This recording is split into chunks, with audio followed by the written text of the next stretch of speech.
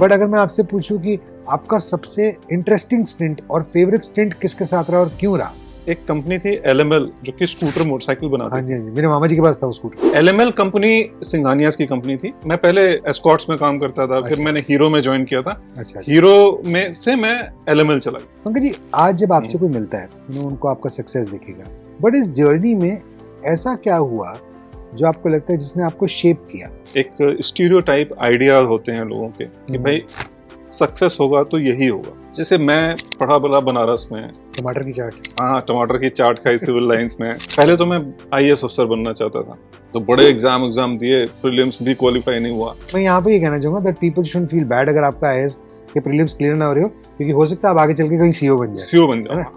Dream आदमी के पास हमेशा होना चाहिए। तो तो आपको अगर आगे बढ़ना है तो आपके पास एक बड़ा ड्रीम होना चाहिए। हर जगह पे एग्रेशन नहीं कामयाब होता है। करेक्ट। तो अगर आपको एक अच्छा लाइफ पार्टनर मिल जाता है तो सक्सेस की सबसे बड़ी इंग्रेडिएंट वो है।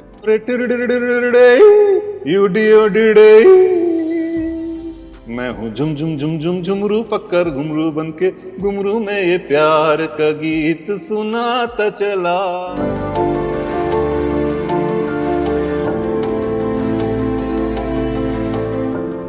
नमस्कार, मैं हूं खुर्या बद्रुद्दीन।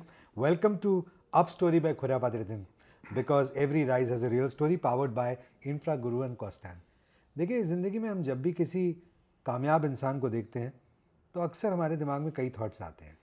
कई बार हम ये सोचते हैं कि वाह यार, क्या बात है, क्या ज़िंदगी है ना, क्या शान व शौकत है, क्या आलीशान ज़िंदगी जी रहा है।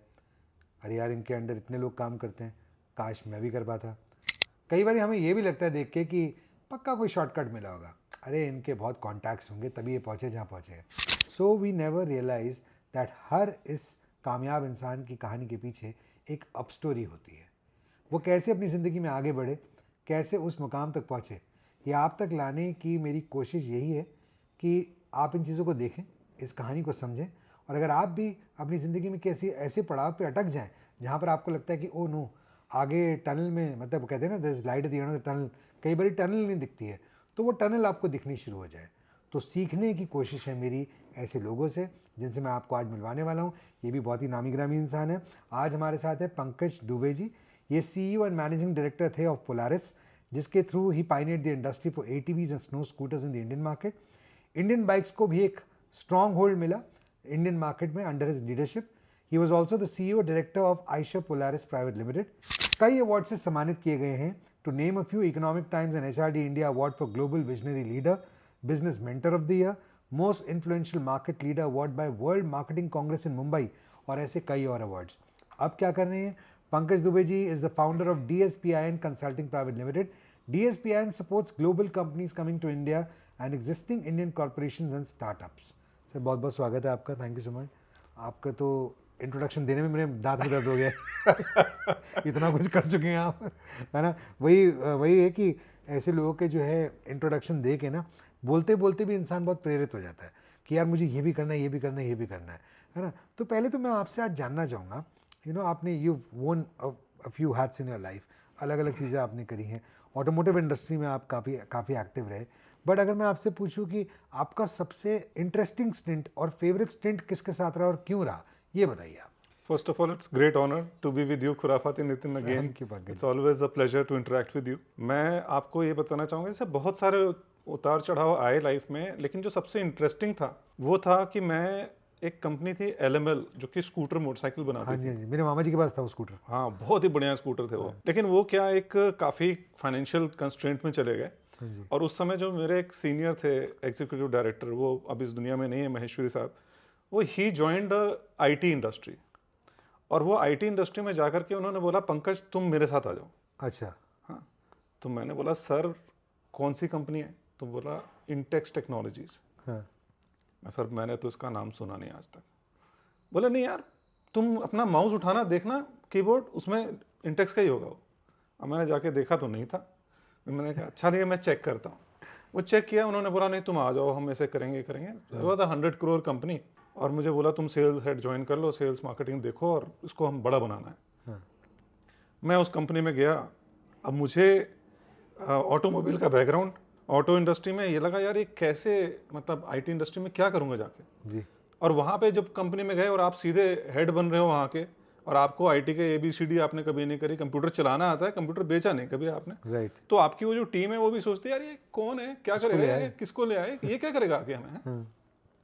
तो उस टीम के साथ जाके आप इंटरेक्ट करते हो और उसके बाद अपनी जो भी नॉलेज है आप उसको अप्लाई करते हो, और अप्लाई करने के बाद वो कंपनी जो है, जो कि 112-113 करोड़ की कंपनी थी, 2 साल के अंदर में 300 क्रॉस करती है। वाह। और अल्टीमेटली उसमें एक प्रोजेक्ट स्टार्ट किया मैंने जो कि टेलीकॉम का था, जिसका कि रेवेन्यू करीब 8,000 करोड़ तक चला गया उस कंपनी का। अरे बाप रे।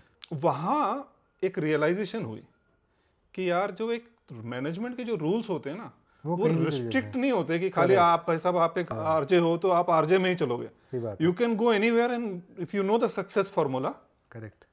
तो आप कहीं से कहीं पहुंच सकते हो। बिल्कुल सही। वो एक दिमाग खुला कि नहीं आप कुछ भी कर सकते हो, जिसकी वजह से फिर आगे की कहानियां शुरू हुई, बड़े बड़े प्रोजेक्ट्स लिए जो कि टर्न अराउंड किए, सक्सेस हुए। तो LML कहाँ से आ गया बीच में? ये उन्हीं की कंपनी थी?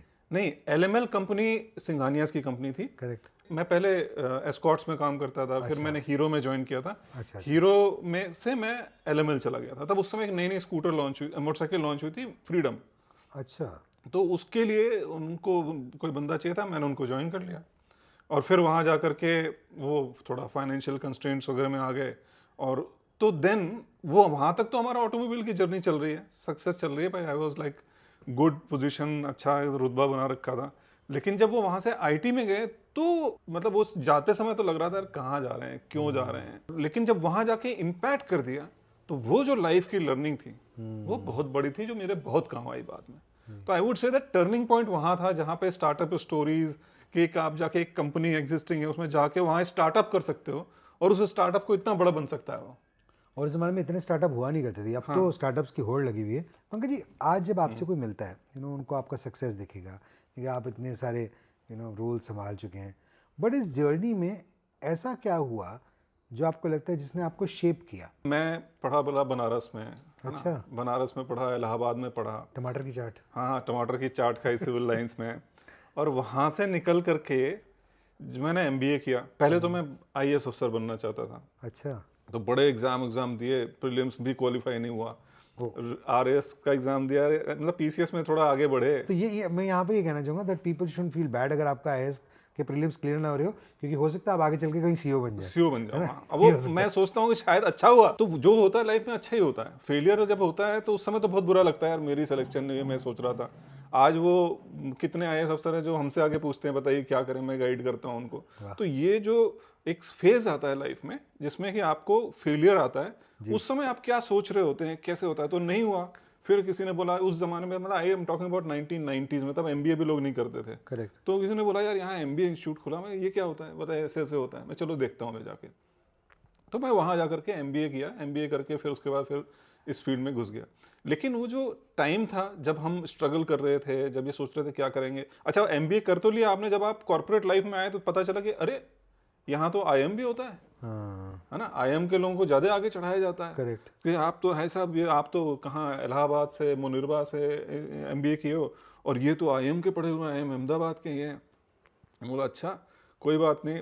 तो बस ये जज्बा अंदर था कि कुछ बड़ा करना है जी। तो फिर मैं कि कोई बात नहीं, मैंने IIM से पढ़ाई तो नहीं करी, लेकिन चलो कुछ तो करके आता हूँ। मैं तो IIM से शॉर्ट कोर्स कर लिया, एक IIM कलकत्ता से 1 साल का कोर्स कर लिया कि भाई क्या पढ़ाते हैं वो, मैं भी तो देखूं, मैं तो एक्सपीरियंस हो चुका हूँ। वो स्किल को मैंने सब्सिक्वेंटली एक्वायर किया। उससे फर्क पड़ता है बहुत? फर्क पड़ता है, लेकिन मैंने इसलिए नहीं लिया कि मुझे स्टैम्प चाहिए, मैंने इसलिए लिया कि ऐसा क्या कराते हैं कि ऐसा बोलते हैं कि ऐसा भी कि क्या है, ऐसा क्या ऐसा है जो सिखाएंगे। तो मैंने कोई लगा डिफरेंट? कोई लगा डिफरेंट ये हुआ कि विजन खुल गया। जैसे पहले क्या था कि मैं सेल्स मार्केटिंग में था, तो मैंने एक बार सोचा यार मैं जिंदगी में, मैं जब कॉलेज में था तो मैं सोचता था मैं ये कर दूंगा वो कर दूंगा।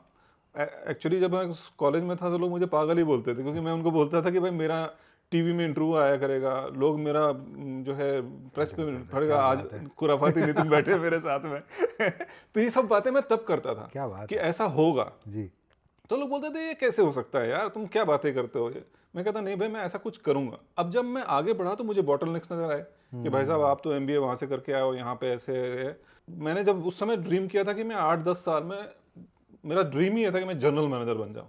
अच्छा। अब 8 साल में बन गया जनरल मैनेजर हीरो के अंदर में। तो ये यार अब क्या करूँ। तो एक दिन मैं बैठा था तो मैंने सोचा यार अब मुझे ना CEO बनना है।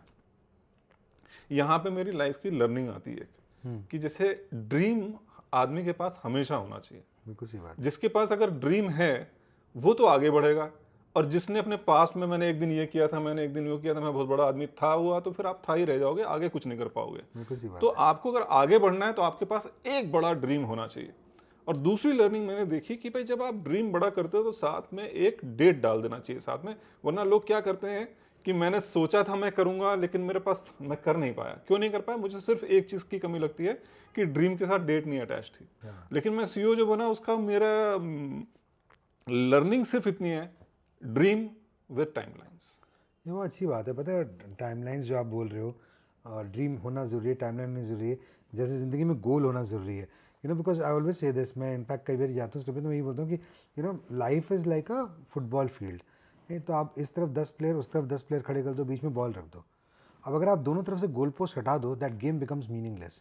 सो वैसी ज़िंदगी, आपको गोल की ज़रूरत तो है, वरना तो आप क्या ही होगे। पर कभी ज़िंदगी में जैसे आप गोल्स अचीव करते भी चले जा रहे थे, देखिए हर किसी की लाइफ उतार चढ़ाव से भरी होती है, right? So I am sure you must have seen failures also. So tell us about that one time जब when you saw failure, what kept you going, और क्या हुआ था उस वक्त? यामाहा में बड़ा अच्छा चल रहा था। यामाहा में मैंने ज्वाइन किया था इंटेक्स के बाद में, और यामाहा बिल्कुल बंद होने वाली थी, और इकोनॉमिक टाइम्स में आर्टिकल आया था Yamaha to shut shop in India. उसके बाद मैंने ज्वाइन किया, यामाहा कंपनी 3 साल में टर्न अराउंड कर दी। मतलब बहुत 4-5 टाइम्स ग्रोथ हो गई 3 साल के अंदर में यामाहा की, और क्रेडिट मुझे मिलने लग गया। उस चक्कर में क्या हुआ कि एक अमेरिका की कंपनी आई। आप सीईओ थे? मैं बिजनेस हेड था वहाँ पे, नेशनल बिजनेस हेड। ओके। तो वो वहाँ पे मैं जब था तो मुझे पोलारिस ने अप्रोच किया। अच्छा। तो मोटरसाइकिल बेचनी है। कौन सी मोटरसाइकिल है जी? 1800 सीसी की मोटरसाइकिल है। तो यार इतनी मोटरसाइकिल तो मतलब कितनी बिकेगी? 100-200 कैसे बेचेंगे? कहाँ रेवेन्यू आएगा? तो उस चैलेंज के साथ में फिर मैंने सोचा यार नहीं, इसमें क्या किया जा सकता है। मैंने बहुत सोचने के बाद उनको हाँ करी। मतलब काफ़ी डिबेट के बाद, बहुत इंटरनल डिस्कशन करने के बाद मैंने हाँ कर दी, चलो ठीक है। अब मैं गया और वहाँ जाके मैंने स्ट्रेटजी बनाई कि साहब ऐसा है कि इस प्रोडक्ट को बेचा जाएगा। कैसे बेचेंगे? क्योंकि वो प्रोडक्ट के बारे में लोगों को आज भी बहुत कम पता है। अब मैंने ऑटो एक्सपो में बोला हम डिस्प्ले करेंगे। अब डिस्प्ले करेंगे वहाँ पे जा करके, तो लोग क्या, ऑटो एक्सपो में ये होता था कि गाड़ी खड़ी है, आपने देखी, 2 फोटो खिंचाई, एक मॉडल खड़े हो गए, उसके साथ हेलो हाय किया और निकल गए आप बाहर पिक्चर खींच के। मैंने ऐसा हमारा प्रोडक्ट देख के तो लोगों को समझ में नहीं आया कर क्या सकता है, मुझे यहाँ पे एक्सपीरियंस देना है। तो मैंने पहली बार बहुत इनोवेटिव काम किया कि प्रगति मैदान में जाके आईटीपी ऑफिशियल्स जो थे उनसे सबसे मिल करके वहाँ पे एक एक्सपीरियंस जोन बनवा दिया, जो कि पहली बार हुआ था हिस्ट्री में। उसके पहले कभी भी गाड़ी पर राइड नहीं सबसे बड़ी बारी की? वो पहला बार किया था, और वो भी इसलिए था क्योंकि मेरे अच्छे रिलेशनशिप थे उनके साथ में, और वो मुझे जानते थे कि हाँ भाई ये ठीक बंदा है, जेन्युइन बंदा है। उतना रिलेशनशिप बनाने से मुझे फ़ायदा हुआ कि उन्होंने हाँ कर दी, ये एरिया है इतने में कर लो। और मैंने बहुत मेहनत करी, बहुत स्ट्रगल करने के बाद में वो उन्होंने एग्री किया। हमारे जो पोलारिस के अमेरिकन्स थे उन्होंने बोला कि यार इतने में नहीं हो पाएगा, बहुत डिफिकल्ट है, we have never done this before. तो मतलब 1000 चैलेंजेस थे। वो करने के बाद में मैंने वहाँ पे एक एरिया के अंदर में हमने पूरा उनका सेटअप किया, राइड्स कराई, and it became a great success. Like everybody would come and they will ride 1 और 2 मिनट, और वो बोलेंगे वाओ जिंदगी की बेस्ट गाड़ी चलाई मैंने। कभी पहले एक्सपीरियंस ही नहीं किया था ना, एक्सपीरियंस ही नहीं किया, नई चीज थी। मैंने क्या किया, वहाँ पे वुडन लॉग्स लगवाए, ड्रम्स लगवा दिए उस पर। तो गाड़ी चला रहे हैं आप वुड के ऊपर, मतलब तने के ऊपर, उसके बाद आप ड्रम्स पे ऊपर चढ़ रहे हो, फिर रैंप पे ऊपर जा रहे हो, फिर नीचे आ रहे हो। ये सब एक छोटे से एरिया के अंदर में। उनको लगा होगा दिल्ली की सड़क ही है नॉर्मली ऐसे। हाँ, तो जब उन्होंने ऐसा चलाया तो चला करके बहुत मतलब क्रेज हुआ। लोग मतलब हमारे स्टॉल पे लोग 3-3, 4-4 घंटा लाइन में लगे होते थे वो 1-2 मिनट की राइड लेने के लिए, एक्सपीरियंस लेने के लिए। तो ये हुआ यार ग्रेट। मतलब आप ऑटो एक्सपो गए 2012 में, और आपने अगर पोलारिस नहीं देखा तो क्या देखा, ये मतलब थी। बट जब वो खत्म हुआ ना, 4-5 दिन का जब एपिसोड खत्म हुआ वो सारे इवेंट, और उसके बाद जब हम उसमें देखने लगे कि भाई रिजल्ट क्या रहा, रिजल्ट था कि हमारी सेल्स हुई 0। कि भाई आपने 1.5-2 करोड़ रुपए लगा दिए बिजनेस डेवलपमेंट के नाम पे, सबको बुलाया, राइड कराई, और उन्होंने बोला कि भाई साहब ये क्या हुआ, ऐसा तो मतलब बड़ा मुश्किल है, इतना पैसा इन्वेस्ट हो गया, सेल ही नहीं हुई। अच्छा, हमारी जो सेल्स टीम थी सब अच्छे अच्छे कंपनी से आए हुए थे, बड़े बड़े लीडर्स थे जो कि इस समय भी इंडस्ट्री में काफ़ी बड़े बड़े पोजीशन पे, वो सब हमारे साथ टीम में थे। तो उनको मैंने बोला कि भाई क्या किया जाए। तो एक अब फेलियर होने के बाद मीटिंग करी हमने कि भाई ऐसा करते हैं कि देखो ये इसमें सक्सेस नहीं मिली सेल्स की, क्योंकि लोगों को पता नहीं है कहाँ चलानी है, कैसे चलानी है, और और फिर एक्सपेंसिव एंड बहुत है। लाइक मिडिल क्लास फैमिली को खरीद के क्या करेगा उसका? करेगा क्या, है ना? उसका काम नहीं है उससे। तो हमने उस सबको देख करके कहा ऐसा कि देखो इसमें एक ब्राइट स्पॉट है। वो क्या है कि फेलियर तो हो गया, लेकिन इसमें एक ब्राइट स्पॉट है कि जो भी गाड़ी में बैठा उसने बोला मजा आ गया। वाह मोमेंट है सबका। तो क्या हम इस मजा आ गया को अनकैश कर सकते हैं? क्या हम लोग ऐसे मजा आ गया कि सेंटर बना दें पूरे इंडिया में, जहाँ पे लोग 200-300-400 रुपए दें और ये मजा लें? अभी तो हमने फ्री में दिया है। तो जो हमारी पूरी टीम थी वो मतलब टेबल के नीचे देखने से क्या बातें कर रहे हो यार, ऐसे कैसे होगा, क्या होगा? मैं नहीं, मेरे हिसाब से ये बहुत बड़ा बिजनेस पोटेंशियल, इस पे काम करो। और उस पर फिर हम लोगों ने काम किया और वो वाकई it became a great success. इतना सक्सेस हुआ उसका कि अमेरिका से हमारे जो प्रेसिडेंट आए उन्होंने बोला ये this is a great idea to start a new country, कोई भी स्टार्ट करनी हो तो इसी के थ्रू करनी चाहिए हमें। तो हमने एक एक्सपीरियंस जोन करके वहाँ पे कंसेप्ट निकाला और जो बिकेम ए ग्रेट सक्सेस। तो आई वुड से दैट कि कई बार फेलियर्स आते हैं जो कि आपको बड़ा परेशान करते हैं। ऐसा मतलब उस समय ये हो गया था कि अब अगर मान लो रेवेन्यू नहीं आया तो आप आदमी जो आपने एम्प्लॉय रखे उनको सैलरी कैसे दोगे? सही बात है ना?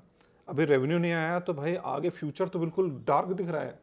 उस समय में आप हार नहीं मानो और सोचो कि क्या हो सकता है, इंस्टेड ऑफ ये सोचो कि अब कैसे भागा जाए यहाँ से, है ना?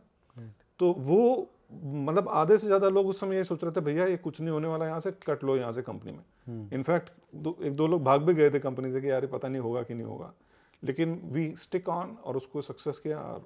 It's a story, now it is doing great business in तो ये इंडिया। जो लोग चले गए थे जब सक्सेसफुल होके वापस आए?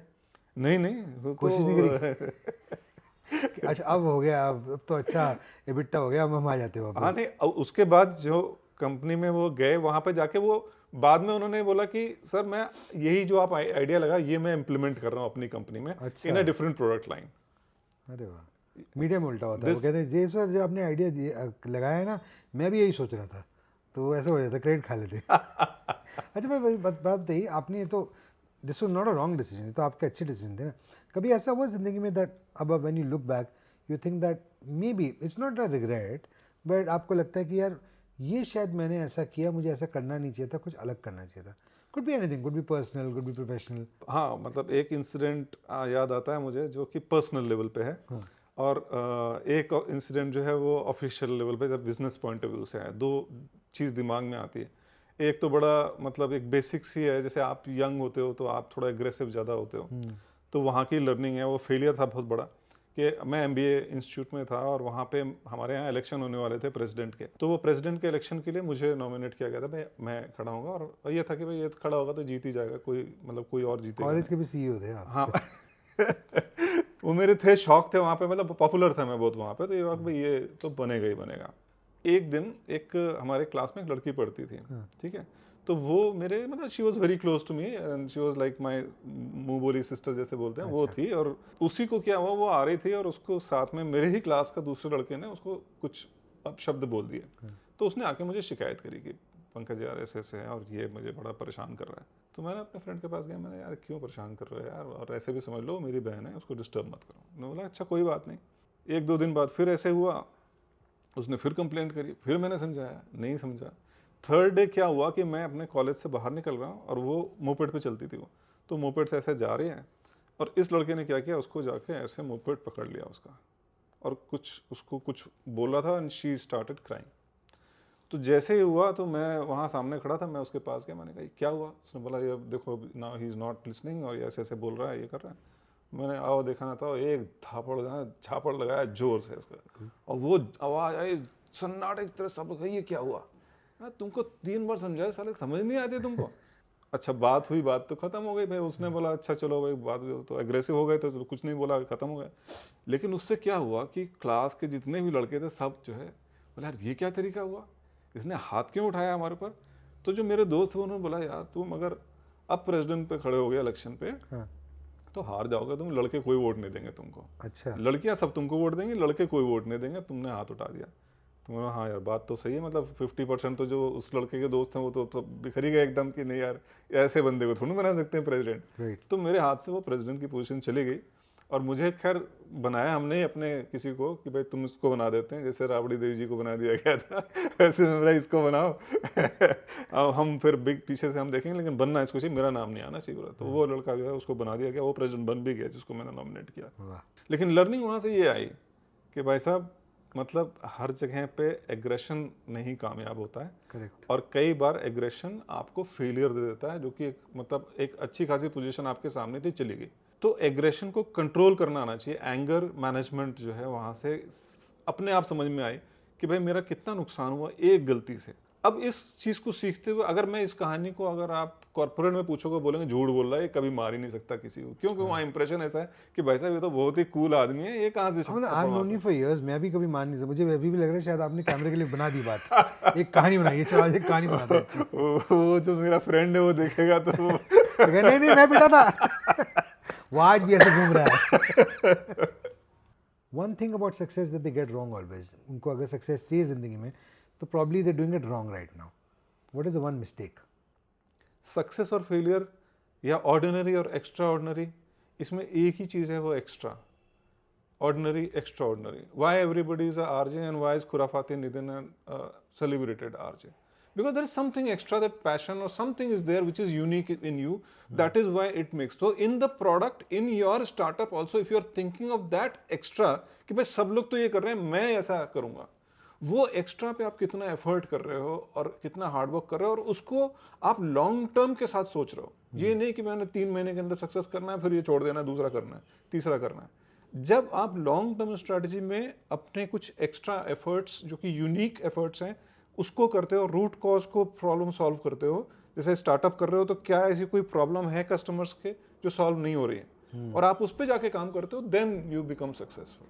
अगर आपको सक्सेसफुल होना है तो सबसे जो इंपॉर्टेंट इंग्रेडिएंट है वो आपका लाइफ पार्टनर ही है। करेक्ट।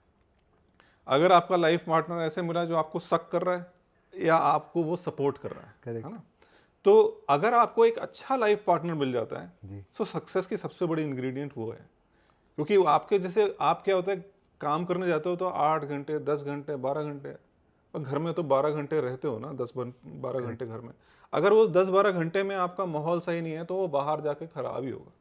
और घर में अगर माहौल ऐसा है जो कि कंड्यूसिव है, और आप जो बात कर रहे हो भाई कि लॉन्ग टर्म सोच रहे हो, ये नहीं कि आज मुझे गुस्सा आ गया तो मैं बोल ही देता हूँ, तो बोलोगे तो भाई अगले मतलब 3 महीने तक प्रॉब्लम रहेगी। करेक्ट, आपको मतलब वो सेक्रीफाइस और वो एक सामंजस्य बैठाना कि भाई ऐसा, जैसे मेरी जो स्टोरी है, मेरी वाइफ भी मेरी कॉलेज से ही मिली थी, मैं शी वाज माय क्लासमेट। अच्छा, तो मैंने उसको जब जा करके प्रपोज किया था और मैंने बोला भाई ऐसे ऐसे है, तो उसने भी मुझे मना उन्होंने कर दिया। देखा था जब आपने थप्पड़ मारी थी उसको? हाँ हाँ यही इंप्रेशन था। हाँ, तो उसने बहुत डांटा था मुझे अब यहीं पे आता था कि जैसे आपका पार्टनर, आप गलत कर रहे हो और आप सोच रहे हो मैंने बहुत बढ़िया काम कर दिया, एक लड़की के साथ गलत हो रहा था, मैंने सही कर दिया, और वहां पे आपका पार्टनर आपको बोला बेटा वो सब कुछ तो ठीक है बट ये आपने गलत किया, ये नहीं करना चाहिए था। तो वो ऐसा पार्टनर अगर आपको मिल जाए तो आप तो ऐसे ही सक्सेसफुल हो जाओगे, कुछ करने की जरूरत ही नहीं है। When you look back, do you think इनमें से कुछ भी, this entire success has costed you either time, relationship, peace,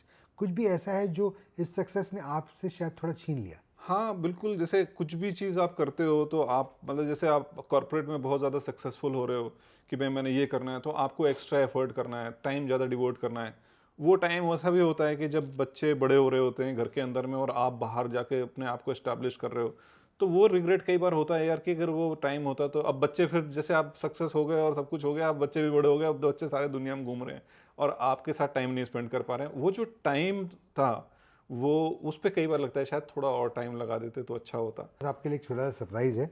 so recently जो है आपसे ही प्रेरित होकर मैंने भी एक स्टार्टअप है जिसका मैं अब हिस्सा हूँ। This is something that we launch recently, it's called Costan and this is little we got something for you. आप एक बार खोल के देखिए, hopefully you like it. So we are a footwear brand and we make sneakers and clogs. You can just pull it out from there, and everything that you see inside it, it's vegan. Oh, that's awesome because may not know about it, but I don't use leather product at all.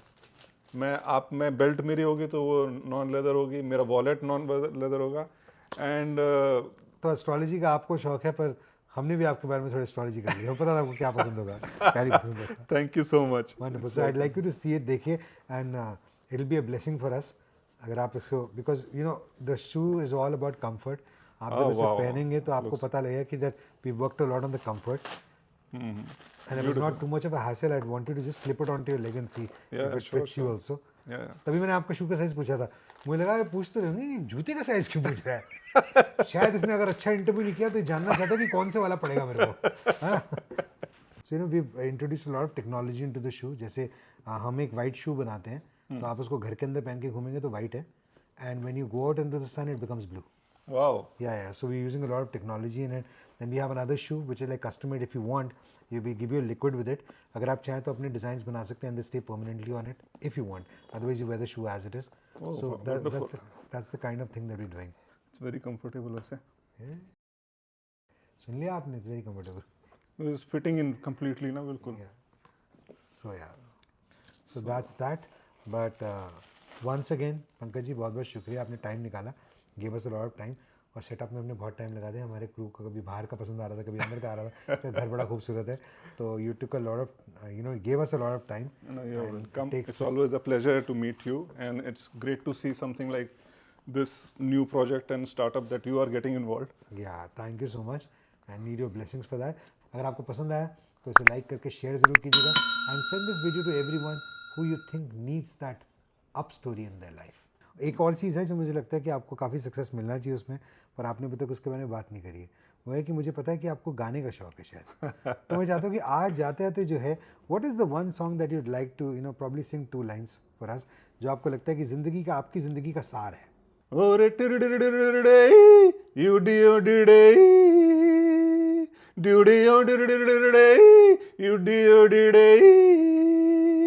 मैं हूँ झुम झुम झुम झुम झुमरू फक्कर घुमरू बनके घुमरू में ये प्यार का गीत सुनाता चला. हो मंजिल पे मेरी नजर, मैं दुनिया से बेखबर, बीती बातों पे धूल उड़ाता चला. हे टिरडिडिडिडिडे पक्कर you today, hey, oh today.